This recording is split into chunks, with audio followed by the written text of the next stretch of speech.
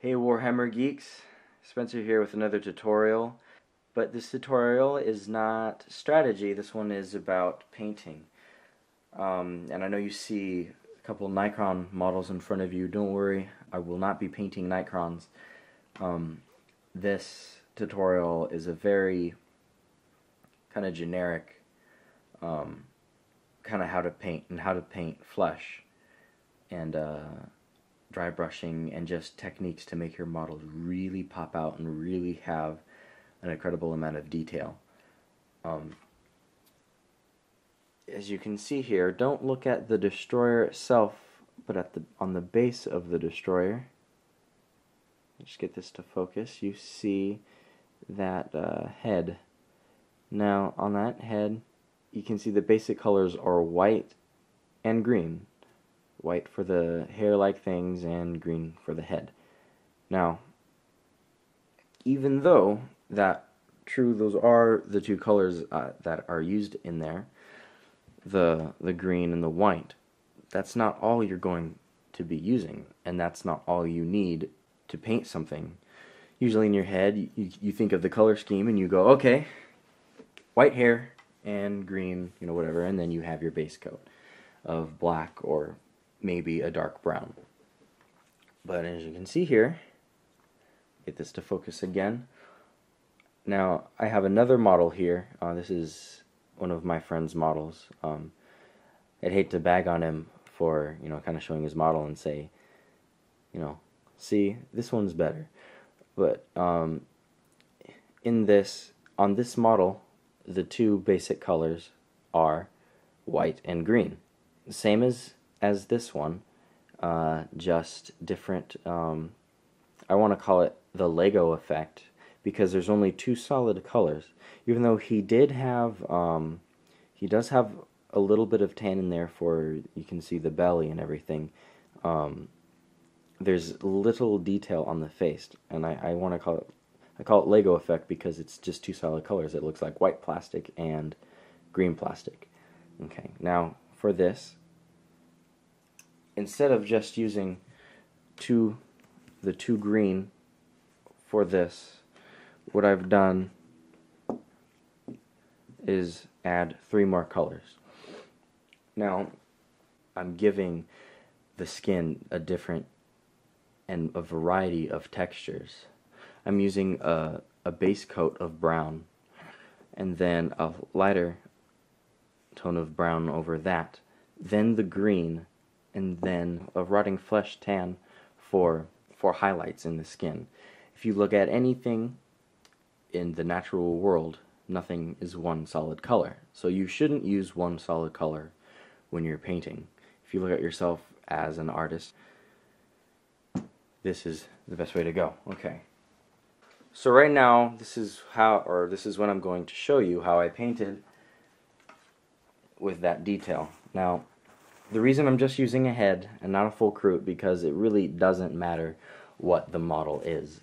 What matters is the choice to use multiple colors. What I'm trying to do here is show you how to dry brush and how to pick certain spots to make the head really pop.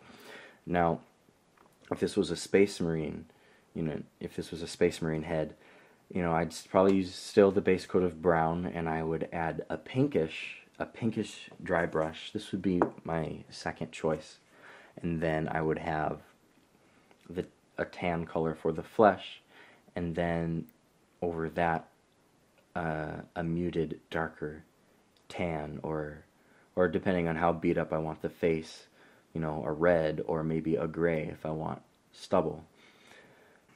I'm going to start out with the darkest color. Now, for time purposes, I can't have this tutorial too long. There's a time limit for YouTube. That's 15 seconds, or 15 minutes, unfortunately, unless you want to pay more money. Okay. I'm using a really dark brown, and I'm not being too picky about how I'm spreading or how much paint I'm applying. I'll apply a good amount of paint, but I need to have it spread. I cannot have the paint clogging any crevices in the model.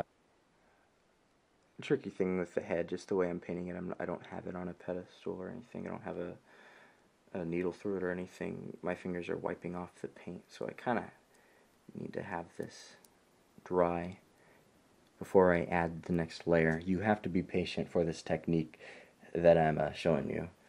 Now I'm going to move on to the second coat, and this coat I am only going to apply to the skin. I want a really big difference between the white of the hair and the dark brown. That'll make it pop. Okay, so what I'm going to do is actually, now that I have that brush clean, I'm going to use this brush. Now that I'm going to be dry brushing, I'm going to want to use a finer tipped brush. Now, what I want to do is get a good amount of paint on the brush. And then what I'm going to do is I'm going to wipe it off. I'm going to wipe it off on here until there's barely any left. And then apply it. I want a soft, I don't want stroke marks. I want all the corners of the model to pick up the detail. Now, this is going to take a couple layers. Now, if you want stronger lines with your dry brush, you'll add more paint, but go over it lighter. If you want a wider gradient, you're going to do the exact opposite. For this, I want a very soft one. I don't want too much, and especially on only the second. As you can see, we're nowhere close to done. There's a slight difference, so I need to repeat this step maybe 2 more times on each side. And the browns aren't that much different, so I don't want to overdo it with the paint. Now, after applying 2 coats of paint, I am finally going to get to the green. The green is sometimes tricky. So you want to start slow. You don't want to put a whole glob on. You know, you're at the green, and it is the primary color, but you might not know how much you want. And to make the green stand out, you do not want to put it in the crevices of maybe the mouth or the chin bone, the strong jawbone.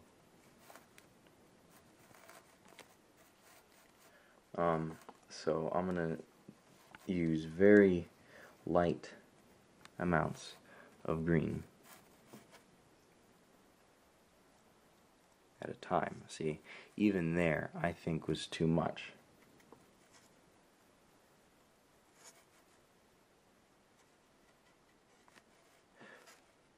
And you can see the green is going on, and it's covering, you're kind of seeing the green create lines, and that's exactly what I want, because I want to show the difference between the higher and lower points of the body, and this gives the illusion of shadows.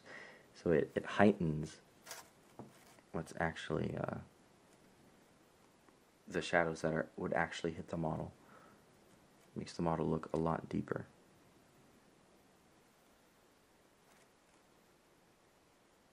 I'm trying to rush through this. This usually takes me a lot longer, but with all filming it and trying to get this down to 15 minutes, I'm really kind of rushing. See, that was just too much.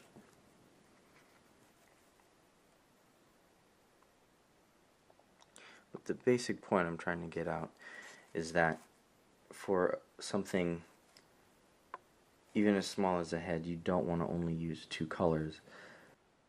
Even though there is a depth, there's my regular color, or my primary color, and the darker brown.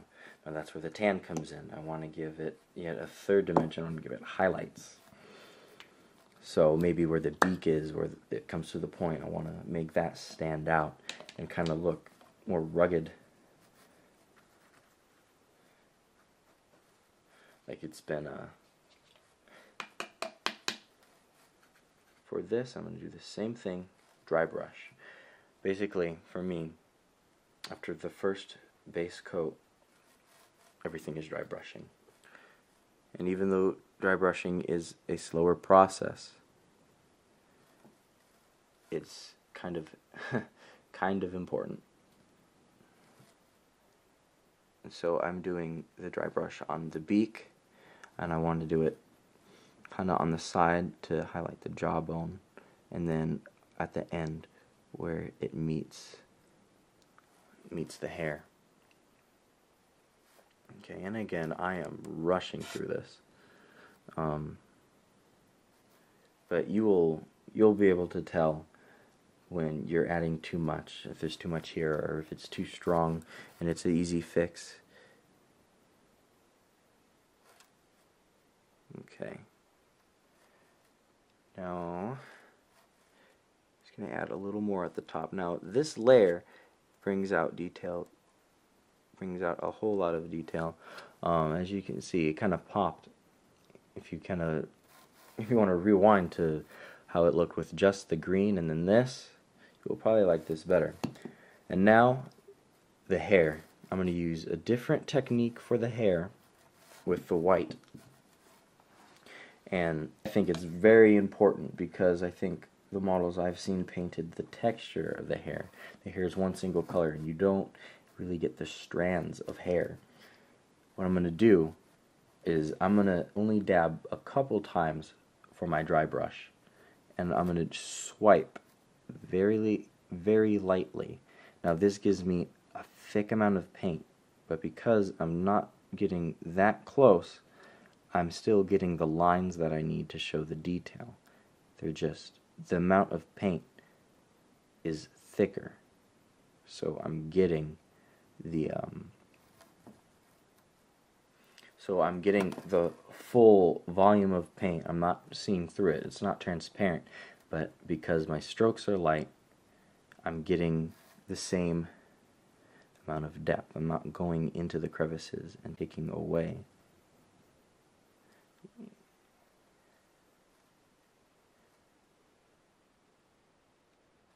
To the back. The hair is the easiest, but probably one of the most important, just because you have that really high contrast from that really dark brown to white.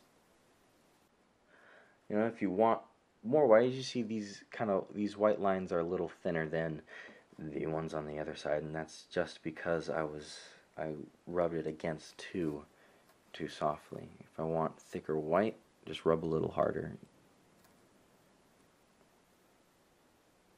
Okay, so see, there you have it. That's a somewhat well painted. There you go.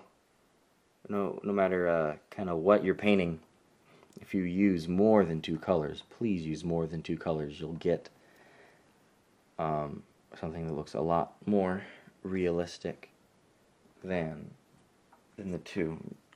I mean, it didn't take too much time. It'll pay off in the long run, having your guys on the battlefield looking like this. Alright, thanks for watching.